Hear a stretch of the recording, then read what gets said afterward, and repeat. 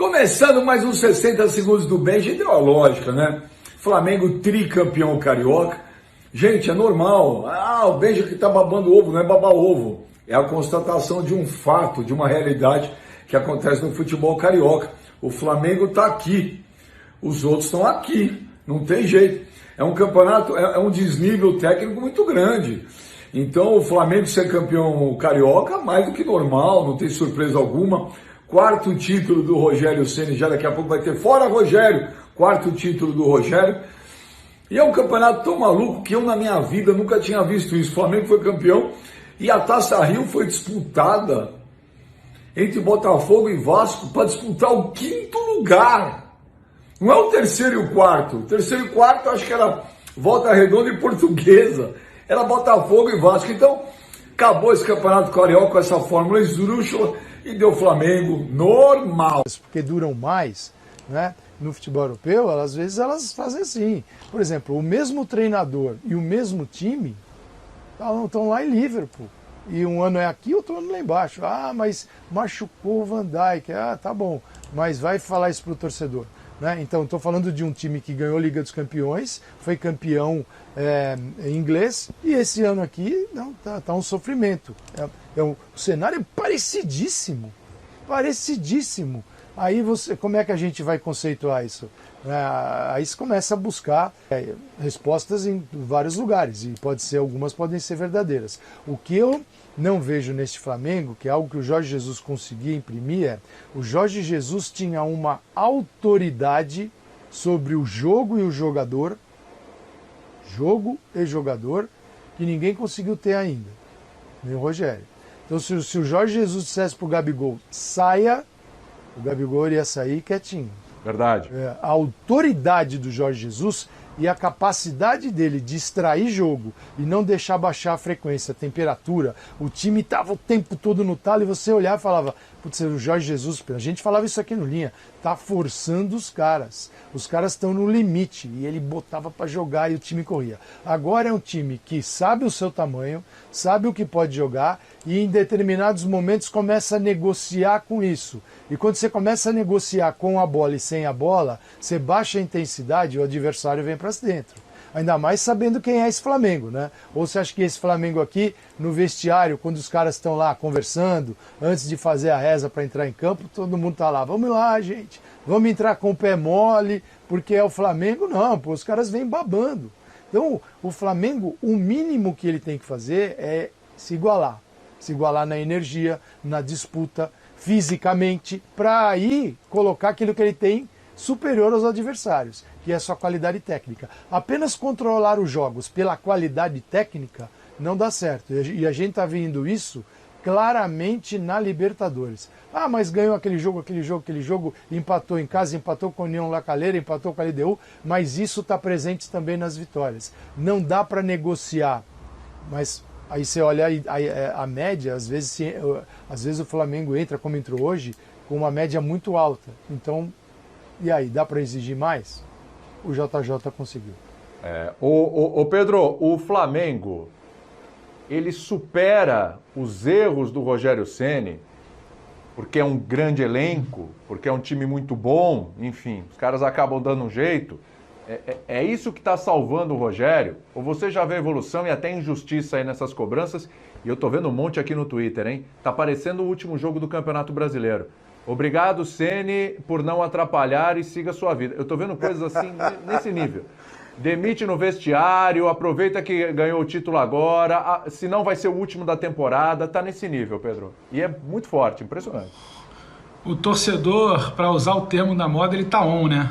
O torcedor, ele Totalmente. Vai ser sempre assim, porque na quarta-feira, se bem que ele agora começa a atingir um estágio de regularidade na crítica, na vitória ou na derrota, ele está criticando. Acho que não dá para a gente medir, William, falar que, apesar do Rogério, o Rogério poupou, a gente precisa manter, como disse o Calçade no início do programa, uma coerência. Na quarta-feira sobraram críticas ao Rogério. Hoje não dá para dizer que só porque ganhou do Fluminense, ganhou sem brilhar intensamente. Teve um bom momento, muito bom momento no primeiro tempo, mas não teve exatamente um brilho. Então não dá para dizer porque só porque venceu hoje está tudo bom, porque um gol de empate ali no segundo tempo, ali, talvez não pintasse o terceiro gol do Flamengo, talvez um gol de empate do Fluminense, aí você vai ali para a situação dos pênaltis e uma derrota, o Rogério talvez amanhã pudesse nem ser mais treinador do Flamengo. Então não dá para dizer que está tudo bem simplesmente pela vitória.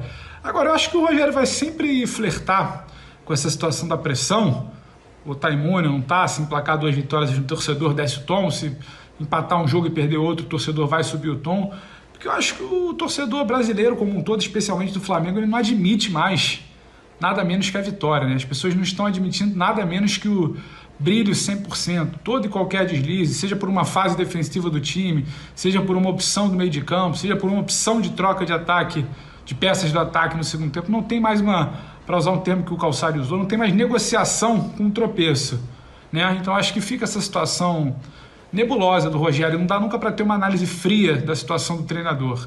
Se ele tropeça um jogo, a gente está falando aqui no sábado, se chega na quinta-feira pela Libertadores e a vitória não vem, a gente vai estar falando de um time classificado por antecipação, provavelmente talvez um primeiro colocado, um campeão carioca, um clube que enfileira taças nos últimos 3 anos, mas se não ganhar na quinta-feira, vai ter gente na sexta se perguntando se o Rogério tem que ser o treinador para o brasileiro. Então ele vai sempre flertar com essa impaciência. A gente anda muito impaciente, o Vitor comentou um negócio aqui fora do ar, e é uma verdade, não, Rogério, é um momento de país, de mundo, de tudo, as pessoas estão menos dispostas a tolerar. Contra uma equipe que, na verdade, tecnicamente tem poucas condições de enfrentar o Flamengo de igual para igual, e o Fluminense... A gente tá aqui falando do Flamengo e do Fluminense. Por que a gente vai criticar o Fluminense? É difícil. Eu poderia até citar alguma coisa que o Roger mexeu que eu não gostei, alguma coisa que o time fez que poderia ter feito diferente, mas é muito difícil criticar porque a diferença é tão grande de uma equipe para outra que a gente olha para a referência.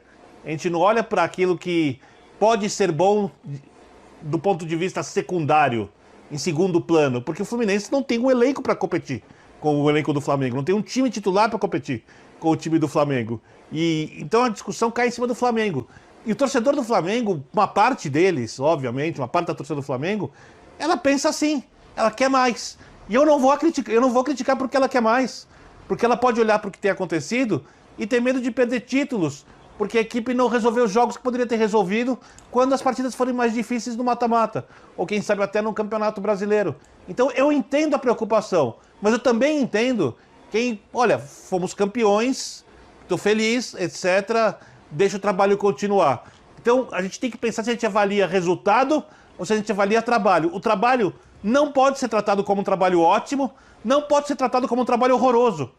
Ele está um trabalho que está caminhando. Só que essa evolução, ela tem sido lenta. O resultado futebol está acima do trabalho? Você acha que o resultado está acima do trabalho?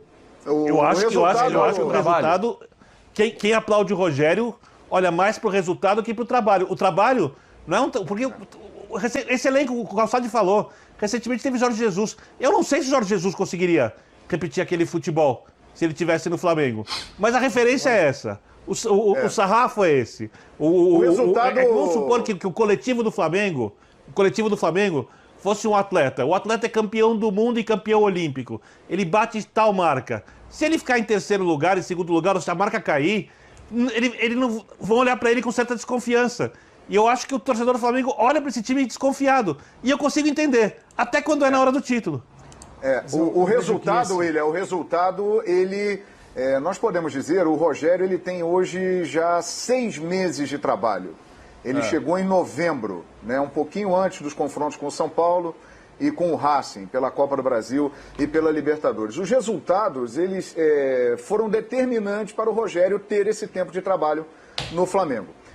O Campeonato Brasileiro, a conquista daquela forma que aconteceu, perdendo o jogo para o São Paulo, mas sendo campeão, porque o Inter não venceu o Corinthians, foi campeão brasileiro, então ele permaneceu. Logo depois conquistou uma Supercopa do Brasil, em cima do Palmeiras, também acabou dando um maior fôlego. E tem um ponto muito importante que é, internamente, o Rogério ter prestígio, tanto com a direção e com o elenco. Os jogadores estão fechados com ele. Mas já é um tempo de trabalho, né, que dá para avaliar se o time evoluiu ou não. Ele já tem aí 6 meses de trabalho à frente da equipe do Flamengo.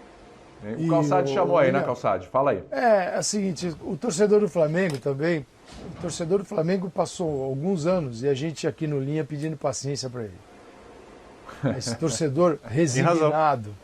E a gente aqui, calma, paciência, calma que vai dar tudo certo, deixa pagar um pouco dessa dívida, que aí eu lembro que um dia eu falei no Linha, depois muita gente lembrou, que era impossível o Flamengo não conquistar, não ganhar títulos com aquilo que estava acontecendo no Flamengo. E era o básico, né? Ele paga as dívidas, ele vai ter mais grana, cara. E aí você contrata jogadores num nível que a concorrência que está ali, né, com o fundo do poço, cavando o fundo do poço, não vai conseguir. Agora o Flamengo começa a ganhar.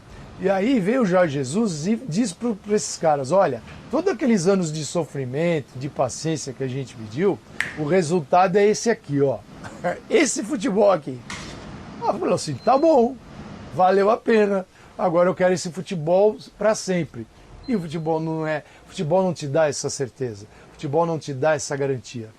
E o que é mais interessante é o seguinte, no Campeonato Brasileiro de 2019, quando o Flamengo estava arrebentando, ganhando todo mundo, o que você, qualquer um, a gente, o torcedor pensa? Assim, aquela sensação de ver a máquina jogar e aniquilar os adversários, você olha e pensa, cara, isso aí não acaba nunca mais. Isso a gente já teve essa reação com vários times. Na época que o São Paulo ganhou o tri brasileiro, nunca mais alguém vai ganhar um título, só vai dar São Paulo. Aí veio o Santos com os meninos, depois vem o Corinthians, aí veio o Cruzeiro, agora vem o Flamengo e o Palmeiras. Seguinte, olha como ele é cíclico, então ninguém, até por mais dinheiro que tenha, não vai ser a única saída, a única garantia, para o bem do nosso futebol. Para o bem do nosso futebol.